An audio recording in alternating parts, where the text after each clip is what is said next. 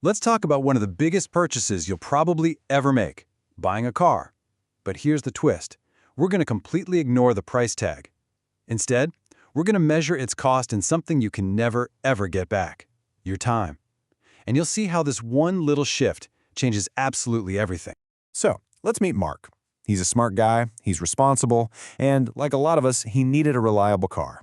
So he went out and did what seemed like the most logical, sensible thing in the world. He bought himself a new car. All right, first up, this sensible SUV. You know the type. It's a common choice, a major purchase that feels completely normal. Honestly, it's the kind of decision that you or I might make. The sticker price was $35,000. Now that's a big number, for sure. But you know how it is, with financing, it breaks down into a monthly payment that seems perfectly manageable. It fits right into his budget. Or so he thought. Okay, so let's break down the price on paper. These are all the familiar costs, the ones we all expect and budget for every month. The monthly expenses seem pretty straightforward, right? You've got the car payment, the insurance, and of course, gas. But wait, there's a huge hidden cost we almost always forget to factor in: depreciation. That's the value your car is losing every single month. To get the true picture, we have to include all of it. First, the most obvious one, that $500 monthly payment. This is the number Mark sees come out of his bank account. It's concrete, it's expected, and it really feels like the primary cost of the car. Next up, we've got to add another $150 for insurance. That's non-negotiable, just a standard cost of owning a car.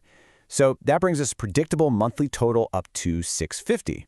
Still seems manageable, right? And finally, let's budget $100 for gas.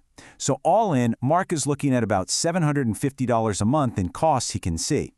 Now this is where most people stop the calculation, but this is where our real explainer really begins. Now for the big shift in thinking, the price in hours.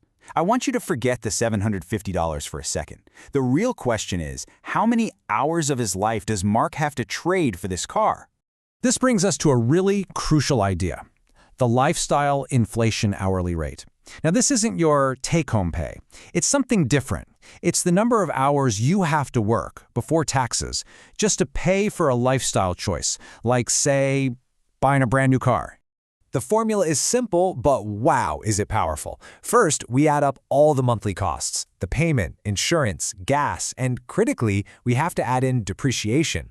Second, we figure out Mark's true hourly wage, so his take-home pay divided by the hours he worked. Finally, we just divide the total monthly cost by his true hourly wage, and that's how you convert dollars into hours of your life. So, let's do it. We've got Mark's monthly costs. We have the formula. Let's run the numbers and see what his sensible decision is really costing him in his most valuable non-renewable resource, his time. 60. That's the number. 60 hours. When you factor in all the costs and translate them into Mark's time, that's what his SUV costs him every single month. Just let that sink in for a moment. 60 hours a month can be kind of hard to wrap your head around. So let's break it down. That's 15 hours a week. Think about that. That's the equivalent of working all day Monday and all day Tuesday just to pay for your car. Which brings us to our final and maybe most important section, the freedom trap. Because that number, 15 hours a week, it's not just a number. It has profound, life-altering consequences for Mark. This is the core of the trap right here. The car is no longer just a vehicle. It's become a work-related expense. It's a financial anchor, chaining him to the very job he needs the car to get to in the first place. And here's the trap. That extra 15 hours a week is time he just doesn't have.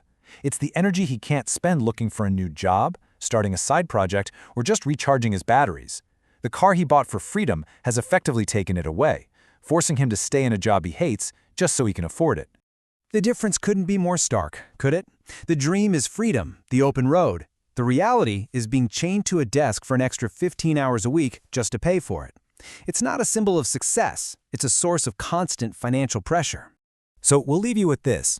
This isn't just about cars. This way of thinking can be applied to a house, a vacation, a daily coffee, anything.